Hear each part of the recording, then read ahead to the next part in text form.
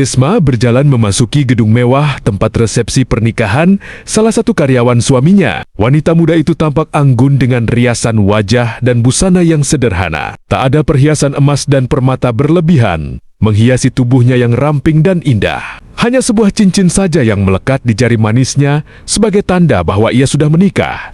Ya, 3 bulan yang lalu, Desma sudah dipersunting oleh Tuan Muda Junara, putra seorang pengusaha kaya raya. Itu artinya Desma adalah menantu seorang konglomerat yang namanya dikenal oleh seluruh pengusaha di negeri ini.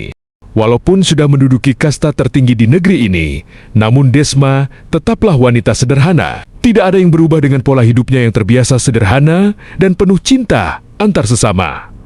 Sifat baik Desma bukannya membuat Astuti ibu mertuanya senang. Astuti malah merasa malu memiliki menantu yang dinilainya terlalu kampungan.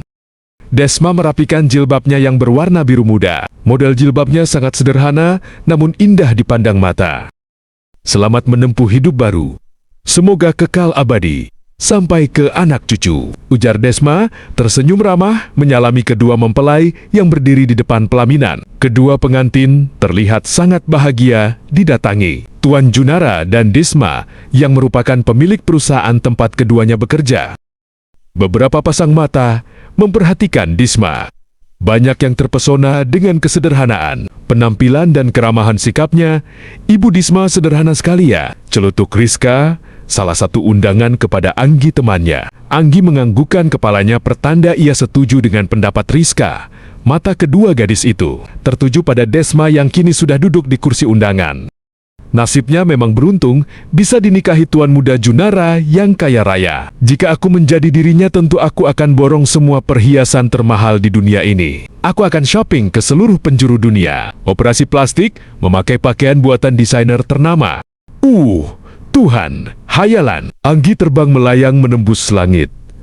Rizka mengernyitkan dahinya melihat kelakuan Anggi yang tengah flying entah kemana. Wih, bangun, mimpi kok siang bolong. Ledek Rizka mengguncang bahu Anggi yang tengah hanyut, terbawa mimpi indahnya. Ih kamu, nggak boleh lihat teman senang dikit. Jawab Anggi memonyongkan bibirnya dengan lucu. Hahaha. Mereka berdua tertawa ngakak. Pagi itu di kediaman Tuan Muda Junara, Astuti, ibu mertua Desma, sudah duduk di kursi makan. Tak lama kemudian Tuan Junara ikut bergabung. Baru saja duduk, ia sudah disambut omelan ibunya. Seharusnya istrimu itu berpenampilan layaknya seorang istri pengusaha. Pakai busana model terbaru, pakai perhiasan dan wajahnya itu loh. Berapa sih biaya sewa seorang stylist? Dia harus menyesuaikan diri dengan lingkungan kolega kita. Bukan berpenampilan norak kayak gitu. Pagi-pagi Astuti sudah mengomentari penampilan Desma menantunya.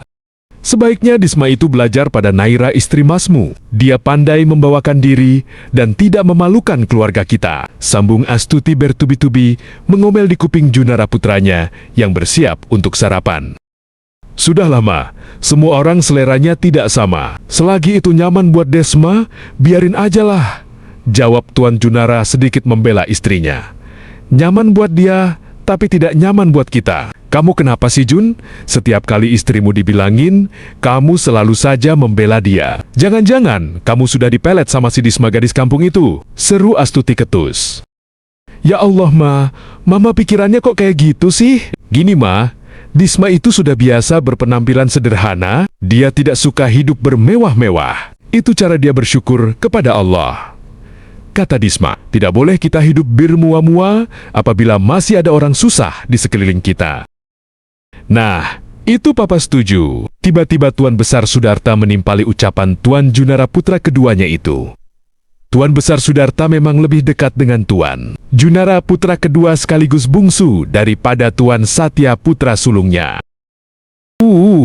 Kalian berdua sama saja, teriak Astuti jengkel mendengar pembelaan dari suaminya terhadap Desma dan Juna.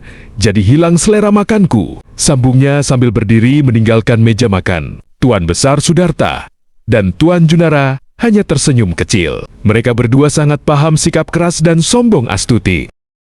Tak lama berselang, Desma datang dengan membawakan tas kerja Tuan Junara. Setelah terlebih dahulu mengucapkan salam kepada ayah mertua dan suaminya, Disma kemudian ikut bergabung sarapan di meja makan. Pagi itu mereka sarapan roti tawar dan selai mangga. "Mas berangkat dulu ya," ujar Tuan Junara. Setelah selesai sarapan, "Papa juga," timpal Tuan Besar Sudarta, tidak mau kalah. Disma mengantar suami dan ayah mertuanya sampai ke halaman. Setelah menyalami dan mencium punggung tangan keduanya, Disma melambaikan tangan melepas mereka yang sudah masuk ke dalam mobil. Lalu mobil itu berjalan perlahan, melewati pintu gerbang yang dijaga 2 orang satpam. Disma menunggu mobil itu menghilang dari pandangannya, lalu ia masuk kembali ke dalam rumah. Di ruang makan, Disma melihat Naira dan Astuti tengah sarapan pagi berdua. Ternyata Naira telah berhasil membujuk ibu mertuanya itu untuk sarapan. "Pagi, Ma. Kak Naira," sapa Disma ramah. Astuti hanya melengos mendengar sapaan Disma, sedangkan Naira memilih tersenyum sinis. "Hei Disma, kemarilah, duduk di sini," panggil Naira sedikit membentak dan melambaikan tangannya. "Iya Kak," sahut Disma menuruti perintah Naira. Disma duduk di salah satu kursi makan dan siap mendengarkan wejangan dari duo permaisuri penguasa rumah itu. "Semenjak kehadiran kamu di rumah ini, kamu telah sering menjadi pangkal penyebab keributan. Sampai-sampai Mama dan Papa juga Juna bertengkar gara-gara kamu." Suara Naira meninggi, diiringi dengan telunjuknya yang menunjuk tepat ke arah wajah Disma yang menunduk hormat pada mereka.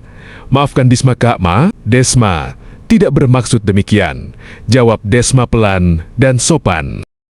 "Apa salahnya sih kamu mengikuti kemauan Mama? Toh Mama tidak bermaksud buruk padamu. Mama cuma ingin kamu berpenampilan layaknya sebagai istri seorang konglomerat. Jangan memalukan seperti ini." Naira kembali menghardik Disma. "Iya Kak, Desma akan mencoba menuruti kemauan Mama dan Kak Naira," ucap Desma menganggukkan kepalanya. "Ya sudah.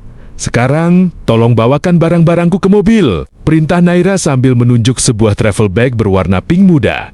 "Kakak mau kemana?" tanya Disma sambil mengikuti langkah kaki mulus Naira yang memakai sepatu dengan tumit tinggi dan lancip. Naira berbalik badan dan menatap Disma lalu berkata, "Ya shoppinglah ke Singapura," ujarnya lalu membuang muka ke arah lain.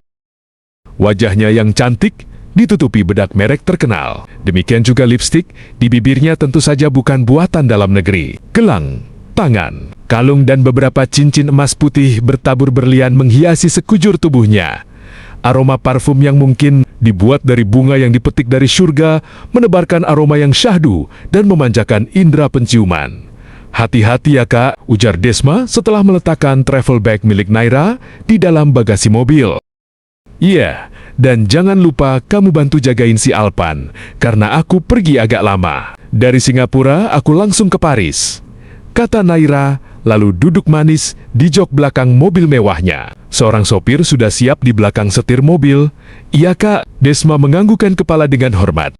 Alpan adalah putra Naira yang baru berumur 6 bulan. Naira menyerahkan sepenuhnya pengasuhan putranya itu kepada seorang baby sister. Naira tidak mau hidupnya direpotkan oleh kehadiran anak itu.